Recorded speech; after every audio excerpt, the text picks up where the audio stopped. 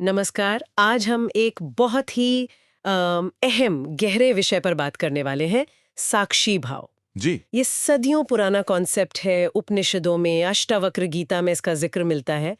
पर शायद आज की जो हमारी भागदौड़ वाली जिंदगी है ना, उसके लिए ये पहले से भी ज्यादा जरूरी हो गया है। हाँ, बिल्कुल सही कहा आपने। और ये सिर्फ कोई फिलॉसफी या मतलब किताबी ज्ञान नहीं है जो हमारा स्रोत है आज का। साक्षी भाव, गहन अनुभव और दैनिक अभ्यास वो इसी बात पर जोर देता है कि ये एक जीता जागता अनुभव है, एक अवस्था है जिसे अभ्यास से पाया जा सकता है, महसूस किया जा सकता है। हाँ बिल्कुल। तो आज हम यही समझने की कोशिश करेंगे इस स्रोत के आधार पर कि ये साक्षी भाव आखिर है क्या चीज, सिर्फ विचारों को देखना है या कुछ और भी है इसमें।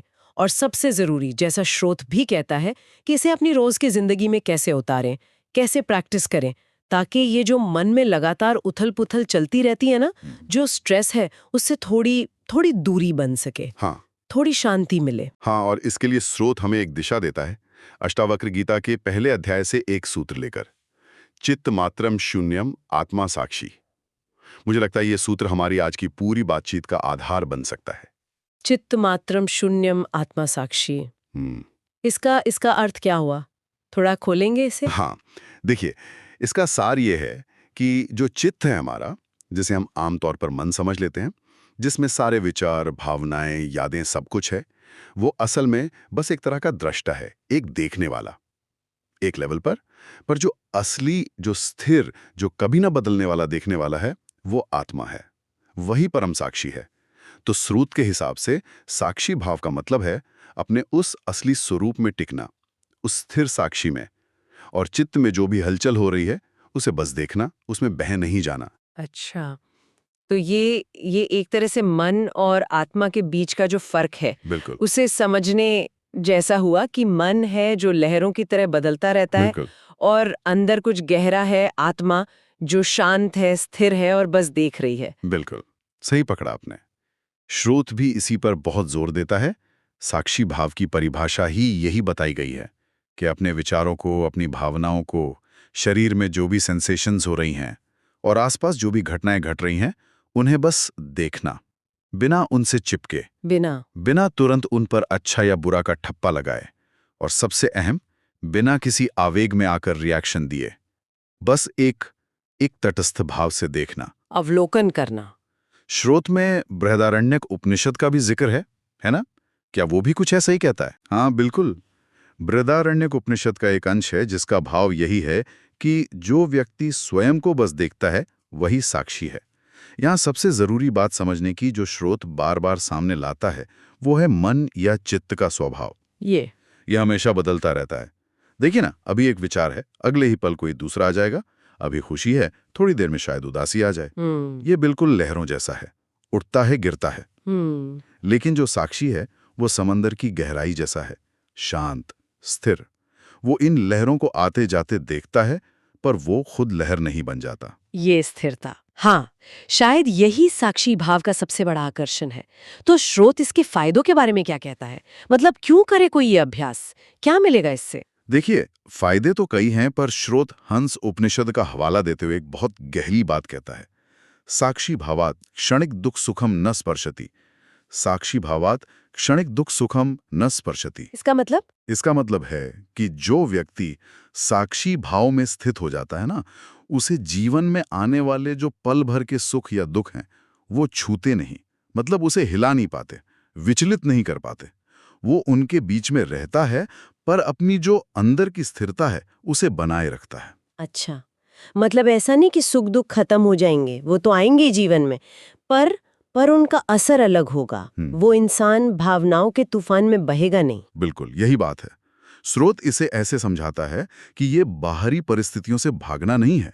परिस्थितियां तो जैसी हैं वैसी रहेंगी। ये है उनके प्रति अपनी जो अंदरूनी प्रतिक्रिया है, उसे बदलना। जीवन में उतार चढ़ाव तो आएंगे ही, लेकिन साक्षी भाव हमें अंदर से एक ऐसी मजबूती देता है, एक ऐसा संबल जिससे हम उन उतार चढ़ावों को ज्यादा, क्या कहते हैं, समता से, शांति से झेल पाते हैं। ये एक तरह की इमोशनल फ्रीडम है, भावनात्मक स्वतंत्रता।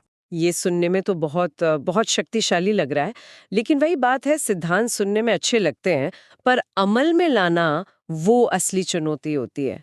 तो स्रोत रोजमर्रा की जिंदगी में साक्षी भाव का अभ्यास करने के लिए क्या तरीके बताता है, कुछ प्रैक्टिकल स्टेप्स? हाँ बिल्कुल। स्रोत 3 मुख्य और बहुत व्यवहारिक तरीके बताता है।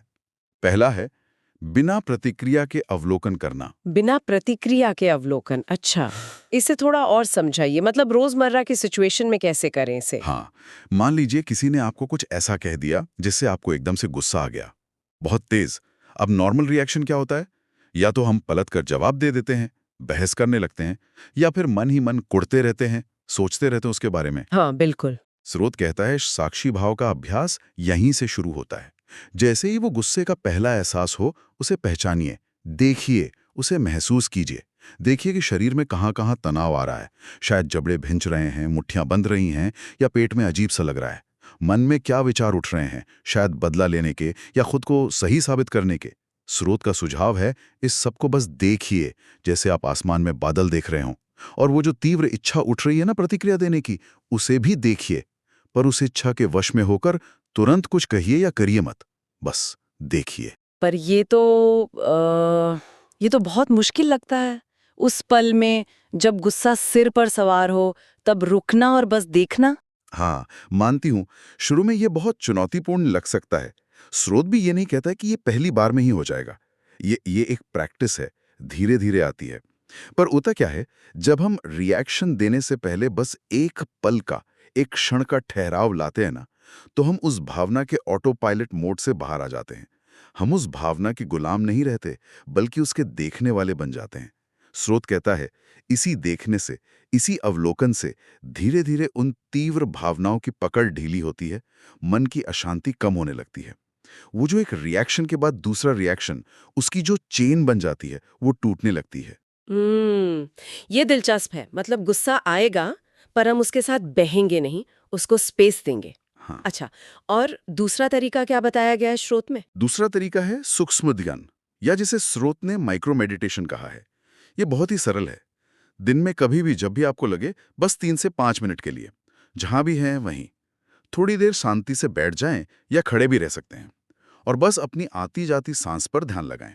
और कुछ नहीं करना है, बस सांस को महसूस करना है, कैसे वो अंदर आ रही है, कैसे बाहर जा रही है, शरीर में कहाँ महसूस हो रही है। और स्रोत में एक मंत्र का भी जिक्र था, शायद ओम साक्षी साक्षी। इसका क्या रोल है इस सूक्ष्म ध्यान में? हाँ, वो वैकल्पिक है, पर मददगार हो सकता है।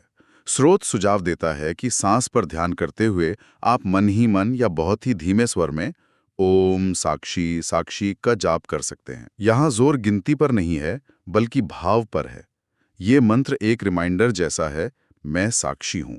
इसका मकसद, जैसा स्रोत बताता है, हमारे लगातार चलते रहने वाले विचारों और भावनाओं यानी मन, और हमारे स्थिर देखने वाले स्वरूप यानी आत्मा या साक्षी के बीच एक सचेत दूरी पैदा करना है, एक स्पेस बनाना, ताकि हम मन की उछल कूद को और ज्यादा साफ साफ देख सकें, उसमें खोए बिना। सिर्फ 3-5 मिनट, ये तो वाकई बहुत प्रैक्टिकल है। ये तो कोई भी कर सकता है, कहीं भी, ऑफिस में, ब्रेक में या सफर करते हुए भी शायद। और तीसरा तरीका है चिंतनशील जर्नलिंग, रिफ्लेक्टिव जर्नलिंग। इसका मतलब है दिन के आखिर में या जब भी शांत समय मिले, अपने दिन भर के अनुभवों को लिखना, जैसे डायरी लिखते हैं। पर साक्षी भाव से इसका क्या कनेक्शन है? ये सिर्फ ये लिखना नहीं है कि आज क्या क्या हुआ। स्रोत इसे एक आत्मविश्लेषण के, एक सेल्फ रिफ्लेक्शन के टूल की तरह देखता है। लिखते समय हमें हर जरूरी घटना को, हर तीव्र भावना को, हर रिएक्शन को याद करना है, और उसे एक साक्षी की नजर से देखना है, जैसे हम किसी और को देख रहे हो। अच्छा, कैसे? खुद से पूछना है, आज जब वो बात हुई तो मुझे ठीक वैसा क्यों महसूस हुआ? मेरे मन में क्या क्या विचार चल रहे थे? मैंने क्या रिएक्शन दिया? क्या मैं उस पल में साक्षी रह सकता था? अगर रहता तो क्या कुछ अलग होता? मेरी प्रतिक्रिया का सोर्स क्या था? मेरा ईगो था, मेरा डर था, या कुछ और? स्रोत के अनुसार इस तरह से नियमित रूप से लिखने और सोचने से हमें अपने अंदर के जो पैटर्न्स हैं, जो आदतें बन गई हैं, जो अवचेतन में छिपा है, और हमारी प्रतिक्रियाओं के असली कारण क्या हैं, उन्हें समझने में मदद मिलती है। ये तो खुद को बेहतर जानने का एक जरिया हुआ। भगवत गीता में भी शायद कुछ ऐसी बात है ना? 6 अध्याय में योगी के आत्म संयम और आत्मा में रमण करने की बात। हाँ, बिल्कुल सही। भगवत गीता में कहा गया है कि योगी को एकांत में स्थित होकर मन और इंद्रियों को वश में करके निरंतर आत्मा में स्थित होने का अभ्यास करना चाहिए। चिंतनशील जर्नलिंग एक तरह से इसी प्रक्रिया में मदद कर सकती है, अपने मन की वृत्तियों को, उसके पैटर्न्स को समझने और नियंत्रित करने में, और धीरे धीरे अपने उस साक्षी स्वरूप के और करीब आने में। यह हमें दिखाता है कि हमारे विचार और भावनाएं कहाँ से आ रहे हैं। तो ये 3 मुख्य अभ्यास हो गए, बिना प्रतिक्रिया के अवलोकन, माइक्रो मेडिटेशन और चिंतनशील जर्नलिंग। ये तो ऐसे हैं जिन्हें रोज की जिंदगी में शामिल किया जा सकता है। लेकिन स्रोत में स्थायी साक्षी भाव के लिए किसी उन्नत ध्यान का भी जिक्र है। क्या वो इन अभ्यासों से अलग है या इसी का अगला कदम है? हाँ, स्रोत उसे एक तरह से अगले कदम की तरह ही बताता है। ये उन लोगों के लिए है जो साक्षी भाव को सिर्फ कुछ पलों का अनुभव नहीं बनाना चाहते, बल्कि उसे अपनी स्वाभाविक अवस्था, अपनी नेचुरल स्टेट बनाना चाहते हैं। इसमें सुझाव दिया गया है कि नियमित रूप से ज्यादा समय के लिए, जैसे शायद 20-30 मिनट या उससे भी ज्यादा, शांति से बैठकर ध्यान किया जाए। अच्छा, तो इस ध्यान की प्रक्रिया की क्या बताई गई है स्रोत में? मुख्य आइडिया वही है, विचारों के साथ लड़ना नहीं है, उन्हें दबाना भी नहीं है और ना ही उनमें बह जाना है। बस शांति से बैठना है, आंखें बंद रख सकते हैं और मन में जो भी विचार या भावनाएं उठ रही हैं, उन्हें आने देना है और जाने देना है। बिल्कुल वैसे ही जैसे आसमान में बादल आते हैं और चले जाते हैं। आसमान तो वही रहता है, अप्रभावित। वैसे ही साक्षी भाव में टिककर विचारों को देखना है, उन्हें पकड़ना नहीं है, उनका विश्लेषण नहीं करना है उस वक्त, बस उन्हें गुजरने देना है। और खुद को सिर्फ देखने वाला समझना है। यही कुंजी है। स्रोत कहता है कि इस प्रक्रिया में लगातार खुद को याद दिलाते रहना है, मैं ये विचार नहीं हूँ, मैं ये भावना नहीं हूँ, मैं तो इन्हें देखने वाला, जानने वाला साक्षी हूँ। धीरे धीरे अभ्यास से ये अनुभव गहरा होता जाता है कि मन अपना काम कर रहा है, उसकी अपनी दुनिया है, और मैं, जो असली मैं हूँ, वो उससे अलग हूँ, शांत हूँ, स्थिर दृष्टा हूँ। स्रोत ये भी सुझाव देता है कि इस ध्यान में अगर किसी को मदद मिले तो हल्के बैकग्राउंड में कोई मंत्र, जैसे ओम नमः शिवाय या ओम साक्षी साक्षी, धीमी लय में चल सकता है, पर मुख्य जोर दृष्टा भाव को मजबूत करने पर ही है। ये निश्चित रूप से गहरा अभ्यास लगता है। अच्छा, अब बात करते हैं इसके असल जिंदगी पर असर की। क्या स्रोत कुछ उदाहरण देता है कि कैसे साक्षी भाव अपनाने से लोगों की लाइफ में कुछ ठोस, कुछ कॉन्क्रीट बदलाव आ सकते हैं? हाँ, बिल्कुल। स्रोतों 2 बहुत ही रिलेटेबल, बहुत प्रासंगिक उदाहरण देता है। पहला है क्रोध प्रबंधन, मतलब एंगर मैनेजमेंट। एक ऐसे व्यक्ति का उदाहरण दिया है जो पहले छोटी छोटी बातों पे एकदम भड़क जाता था, चिल्लाने लगता था, और इस वजह से उसके रिश्ते, उसके कनेक्शंस खराब हो रहे थे। ये तो बहुत कॉमन प्रॉब्लम है। हाँ, तो साक्षी भाव का अभ्यास शुरू करने के बाद, खासकर वो बिना प्रतिक्रिया के अवलोकन और माइक्रो मेडिटेशन, उसने पाया कि अब जब गुस्सा उठता है तो वो उसे पहचान पाता है। उसे पता चलता है कि हाँ, गुस्सा आ रहा है, और वो रिएक्शन देने से पहले एक पल रुक पाता है। वो गुस्से को महसूस करता है पर उसके वश में नहीं होता। इससे क्या हुआ कि उसकी प्रतिक्रियाएं ज्यादा शांत, ज्यादा संतुलित हो गईं, और उसके रिश्तों में भी सुधार आया। ये तो बहुत ही प्रैक्टिकल और उपयोगी बदलाव है। आजकल की लाइफ में गुस्सा वाकई एक बड़ी समस्या है। और दूसरा उदाहरण तनाव प्रबंधन यानी स्ट्रेस मैनेजमेंट से जुड़ा है, जो शायद आज के समय की सबसे बड़ी चुनौती है। स्रोत बताता है कि कैसे रोजमर्रा की जो तनाव भरी स्थितियां होती हैं, जैसे ऑफिस में काम का बहुत प्रेशर है, डेडलाइन पास आ रही है, या घर पर कोई चिंता है, साक्षी भाव का अभ्यास इसमें मदद कर सकता है। जब व्यक्ति इन स्थितियों को एक साक्षी की तरह देखता है तो वो तुरंत घबराहट या चिंता के उस इमोशनल भंवर में फंसने से बच जाता है। अच्छा, हाँ, वो स्थिति की गंभीरता को समझता है। ऐसा नहीं कि वो लापरवाह हो जाता है, लेकिन वो अपनी अंदर की शांति खोए बिना से देखता है। स्रोत के अनुसार इस मानसिक स्पष्टता से, इस क्लैरिटी से उसे समस्या का सही समाधान खोजने या सही निर्णय लेने में भी मदद मिलती है। वो रिएक्ट करने के बजाय सोच समझकर रिस्पॉन्ड कर पाता है। ये सुनकर मुझे अष्टावक्र गीता का एक और श्लोक याद आ रहा है। शायद स्रोत में भी इसका इशारा है, जहां कहा गया है कि सब कुछ केवल साक्षी भाव में देखा जाता है। सर्वम मया दृष्टम केवलम साक्षी भावेन। हाँ, बिल्कुल। उस तरह के कई सूत्र हैं। जैसे एक जगह कहा है, यथा प्रकाश्याम ये को देहमेनो तथा जगत अतो मम जगत सर्वम अथवा न च किंचनम। मतलब जैसे मैं अकेला इस शरीर को प्रकाशित करता हूं, वैसे ही इस जगत को भी। इसलिए या तो ये सारा जगत मेरा है या कुछ भी मेरा नहीं है। एक और जगह कहते हैं, क्व स्वभावः क्वच स्वेच्छा क्वच कर्म क्वच कारणम क्वच मुक्ति क्वच बंधा स्वरूपे वर्तते मम। स्वभाव कहाँ, इच्छा कहाँ, कर्म कहाँ, कारण कहाँ, मुक्ति कहाँ, बंधन कहाँ, ये सब मेरे स्वरूप में ही स्थित है। इन सब का निचोड़ यही है कि जब हम हर चीज को अपने अंदर और बाहर सिर्फ साक्षी भाव से देखते हैं तो हम उस प्रपंच से, उस खेल से ऊपर उठ जाते हैं। ये अवस्था हमें बाहरी घटनाओं और हमारी जो अंदरूनी प्रतिक्रियाएं हैं उनके बीच एक हेल्दी डिस्टेंस बनाने में मदद करती है, ताकि हम जीवन के नाटक में उलझने के बजाय उसके दृष्टा बन सकें। तो अगर हम आज की इस पूरी चर्चा को समेटें, हाँ, तो स्रोत सामग्री के आधार पर हमने क्या मुख्य बातें समझी? मुझे लगता है सबसे पहले हमने ये समझा कि साक्षी भाव का सार क्या है।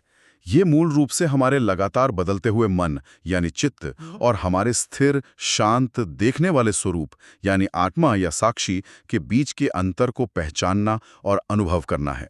ये जानना कि हम अपने विचारों और भावनाओं का जो पूरा कलेक्शन है उससे कहीं ज्यादा हैं। हाँ, और हमने ये भी देखा कि ये साक्षी अवस्था कोई हवाई बात नहीं है, बल्कि इसे दैनिक जीवन में उतारा जा सकता है। स्रोत ने हमें 3 बहुत प्रैक्टिकल रास्ते सुझाए। पहला, घटनाओं और भावनाओं पर तुरंत रिएक्ट करने के बजाय रुककर उन्हें तटस्थ भाव से देखना, ऑब्जर्व करना। दूसरा, दिन में कुछ मिनटों के लिए वो माइक्रो मेडिटेशन का अभ्यास करना, जिसमें सांस पर ध्यान लगाना और चाहे तो ओम साक्षी साक्षी जैसे मंत्र का सहारा लेना, ताकि मन और साक्षी के बीच की वो दूरी महसूस हो सके। और तीसरा, वो रिफ्लेक्टिव जर्नलिंग, जिसके जरिए अपने अनुभवों और प्रतिक्रियाओं का विश्लेषण करना, ताकि हम अपने पैटर्न्स को समझ सकें और साक्षी भाव को और गहरा कर सकें। बिल्कुल। और फिर उन्नत ध्यान की बात हुई, जो इस साक्षी अवस्था को और स्थायी बनाने का एक तरीका है। कुल मिलाकर संदेश यही उभरता है, जैसा कि उपनिषदों और स्रोत में भी कहा गया है, कि साक्षी भाव में स्थिर होने का अभ्यास करते रहें और मन की जो अशांति है वो धीरे धीरे खुद ही कम होने लगेगी। हाँ, और ये समझना जरूरी है कि एक यात्रा है, कोई एक दिन में पहुंचने वाली मंजिल नहीं। ये अपने अंदर के उस शांत केंद्र से रोज थोड़ा थोड़ा करके जुड़ने का अभ्यास है। वो केंद्र जो बाहरी परिस्थितियों के थपेड़ों के बावजूद स्थिर रह सकता है। ये हमें मानसिक शांति और इमोशनल बैलेंस की तरफ ले जाने वाला रास्ता है। तो इस चर्चा के अंत में श्रोताओं के लिए एक विचार छोड़ जाते हैं जिस पर वे मनन कर सकते हैं। स्रोत हमें अभ्यास के तरीके बताता है, पर असली बदलाव तो व्यक्तिगत अनुभव से ही आता है। तो सोचिए, अगर हम सचमुच पूरी ईमानदारी से जीवन के हर छोटे बड़े अनुभव को, ऑफिस की किसी मीटिंग से लेकर ट्रैफिक जैम तक, किसी अच्छी खबर से लेकर किसी दुखद घटना तक, अगर हर अनुभव को, हर उठती हुई भावना और विचार को बस एक साक्षी की तरह देखने का अभ्यास करें, बिना तुरंत उस पर कोई लेबल लगाए, बिना तुरंत रिएक्ट किए, तो क्या हमारी जो आंतरिक प्रतिक्रिया है बाहरी दुनिया के प्रति, उसका पूरा का पूरा स्वरूप ही मौलिक रूप से बदल नहीं सकता? क्या ऐसा करने से घटनाओं का हम पर जो भावनात्मक बोझ पड़ता है वो धीरे धीरे हल्का नहीं हो सकता? इस पर विचार कीजिएगा।